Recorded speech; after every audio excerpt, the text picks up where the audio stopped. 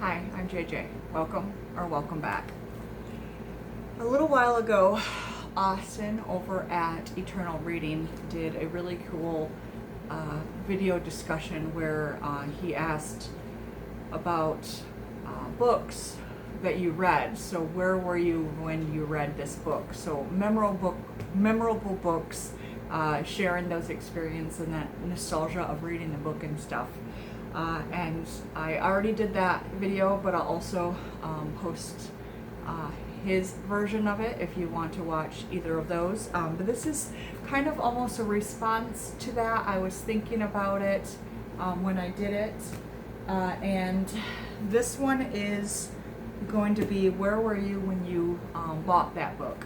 Because we all know as readers that book collecting and reading are two different hobbies. So I get just as much joy out of purchasing a book, of having that book on my shelf, and knowing all the memories that came with me when I purchased that book. So I have a few here that I wanted to share. So this is selected poems by Paul Laurence Dunbar. And he was a poet who's famous for the poem "I Know Why the Caged Bird Sings," and which later inspired Maya Angelou. His mom was a former slave, and he was actually friends with the Wright brothers. I forget which Wright brothers specifically he was in class with. So I got this when I went to Dayton, Ohio. I did a mini road trip because I'm from Michigan, and I went and toured the Wright brothers' home, as well as there's a park there that has a lot of historical buildings. So like a replica of their first. They used to be, before they made the plane, worked at a bicycle shop. So like there's a replica of their bicycle shop. You can see one of their planes, or a replica of it, and just a whole bunch of different things throughout history, but also associated with Ohio in that area. Ohio actually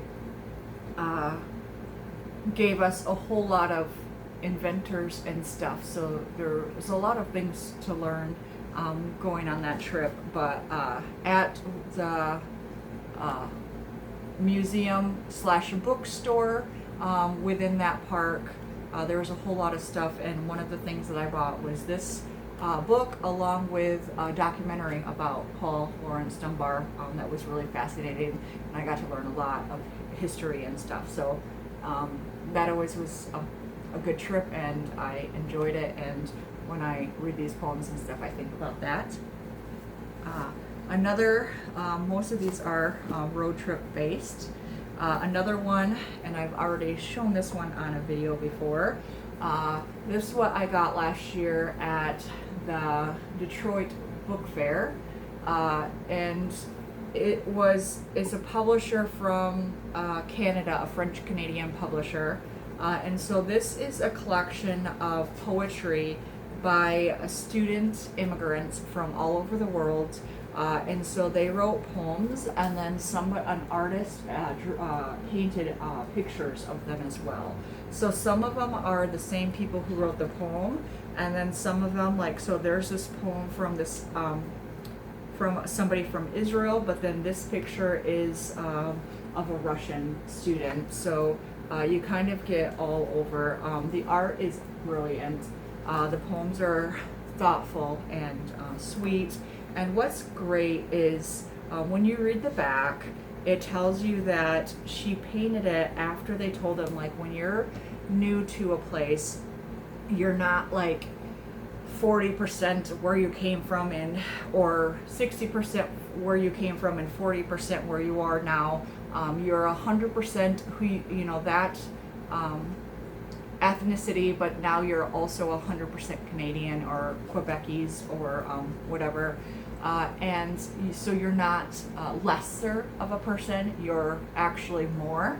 And when they said that, the realization and the light that went on in their eyes is the moment that the artist captured when she painted the picture. So this is a very special book to me.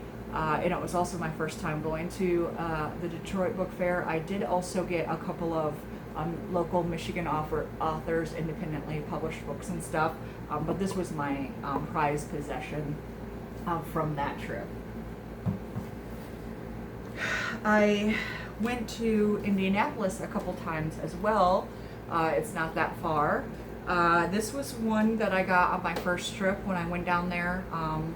I wanted to see a bunch of the different bookstores, food and stuff. I went to a basketball game. I wanted to see my favorite player at the time, who got injured and didn't get to play much, but I'm a huge Nika Mule fan. She played for UK with Paige Beckers. And so when she was in Seattle, I had to go and see her game. Anyway, my first time in Indianapolis, I went to a bunch of bookstores, and this is one of them that I bought at one of the bookstores. And this is We Could Have Been Friends, My Father and I, a Palestinian memoir. And this by Raja. I'm not quite sure. I'm so sorry. Shaheda, but I'm assuming it's Raja. But anyway, I really enjoyed that first experience, and Indianapolis ended up being one of my favorite cities to be in, just because museums, the bookshops, and all the other experiences. And I will share with you my second trip and book and stuff, but that was my first. For my second road trip, it was right after my aunt died, and I wanted to take time off work. I wanted to kind of grieve the way that I needed to and process. And there is this place on the way down to Indianapolis where it's the world's largest ball of paint. And essentially, like in the 70s, father painted baseball with his son, just kind of painted a couple of coats. And they just kept doing that kind of together until it grew, basketball size, bigger. Pretty soon it got so huge that they had to build a separate room to have it hanging in. And now it weighs a few tons. And you can go there and paint a coat. And while you're there painting that coat, until it gets painted over, you are the world record holder for painting on the world's biggest ball of paint. I thought that was the coolest thing when I read about it, and John Green's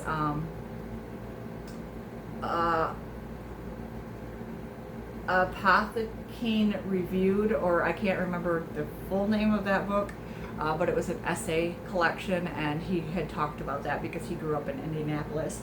I just thought it was kind of cool. The idea is, it's almost like this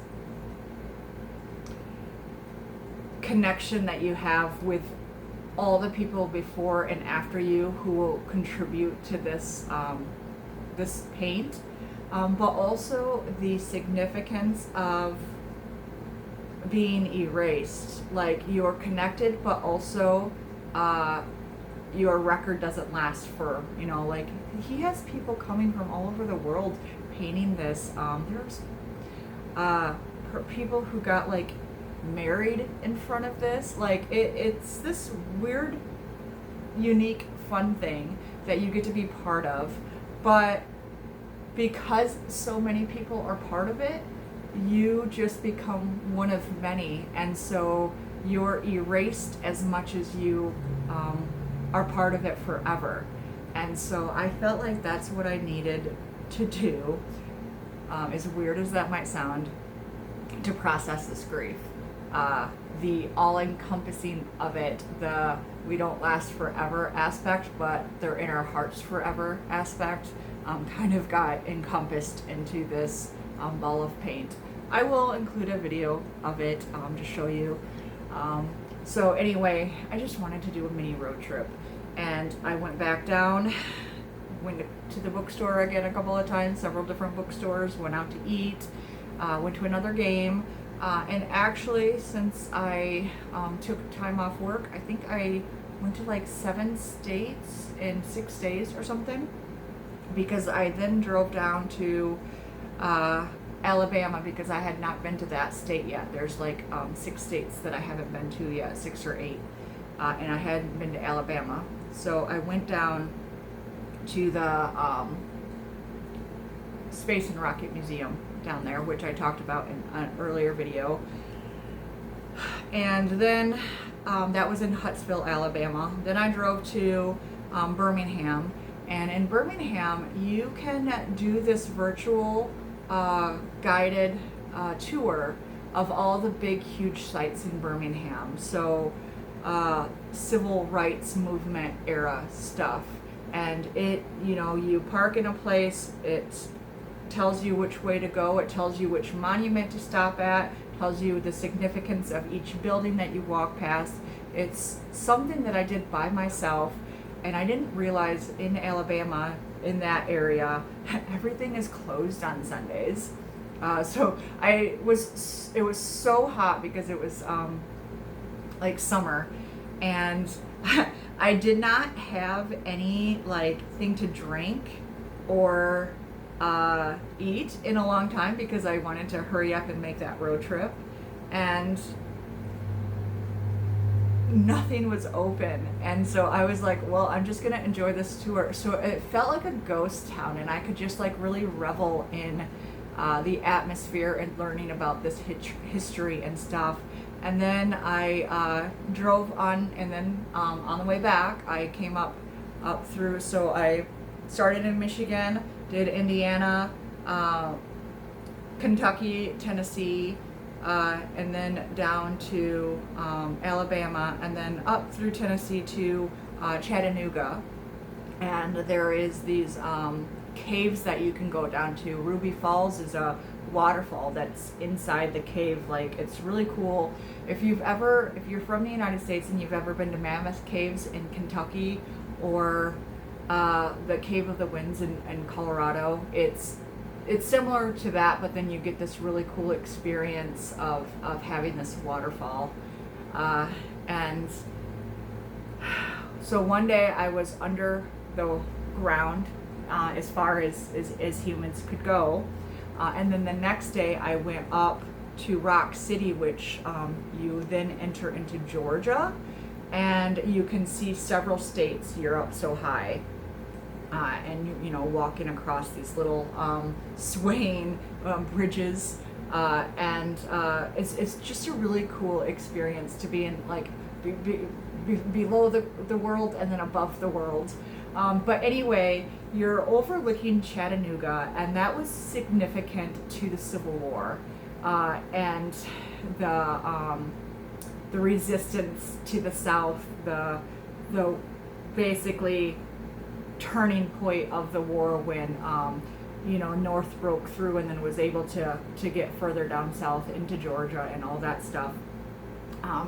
Chattanooga was huge, so there was like a park that you could go to, and got a tour guide and learned about the history and stuff there. It was a really cool experience. I did get a couple of books about Chattanooga and the Civil War and stuff, but the one that I wanted to share is also in Chattanooga. It is the beginning of the Trail of Tears, where they forcefully, the United States government forcefully removed all the indigenous tribes, the people, and moved them out west.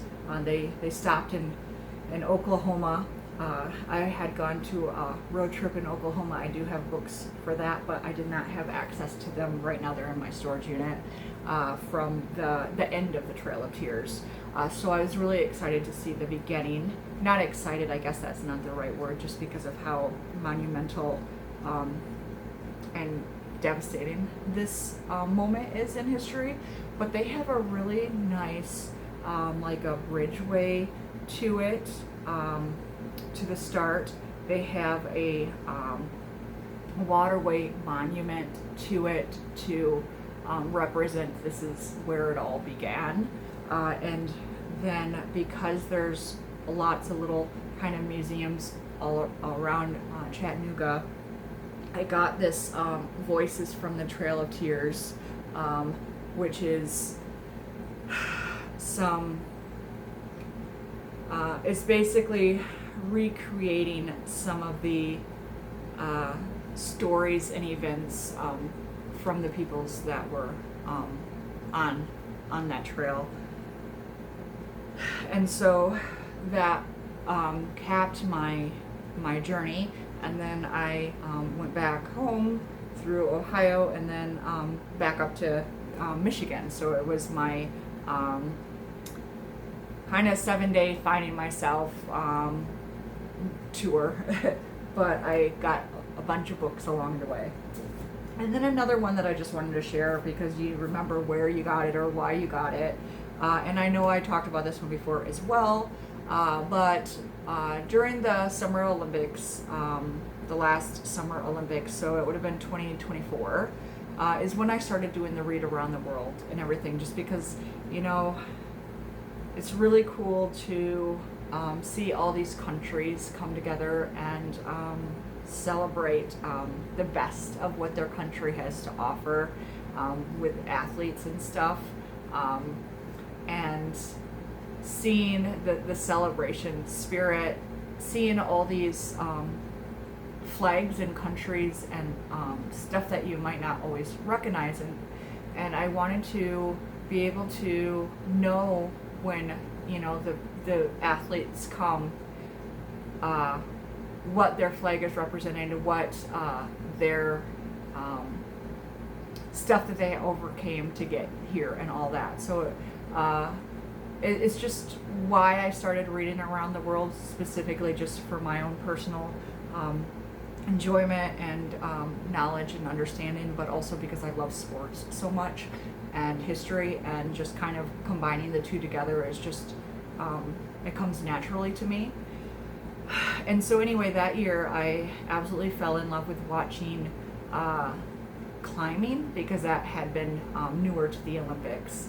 And Janga was a climber from Slovenia, and I just absolutely adore her. I've had conversations with Angelina about this because she's living in Slovenia, and her mom got to meet Janga before. But this is a children's book that she got to work with somebody else who's, you know, kind of telling a fantasy type of story. So it's a real life fairy tale of Janga Garnbret, and it kind of makes it magical and stuff like that. But it was just sweet, and I had the hardest time because I was having to try to order this from Slovenia, and they kept trying to deny my credit card. My bank did, trying to say that it was fraudulent, and I had to keep trying and be like, no, I'm legitimately trying to order a children's book from Slovenia. Let me be and let me get it. And like months and months and months of like going back and forth, and then finally allowing them to like let the transaction happen. So I ordered this book. I ordered a t-shirt for Janga and a poster, but I wanted to get a poster of the Janga has a friend, Brooke, who's American climber who won silver to her gold this past in that Olympics, and they were so happy that they got to share the podium together because they were climbed together, they're friends, and her being an American, Brooke was the one that I was rooting for. And there was an autographed copy that you could get of the two of them, which I would have gotten originally when I ordered, but since I kept trying and trying months and months and months, they were all sold out by the time it finally went through, so I didn't get that, but I got the book. So anyway, when I see these on my shelves, they just always bring back those fond memories, or those very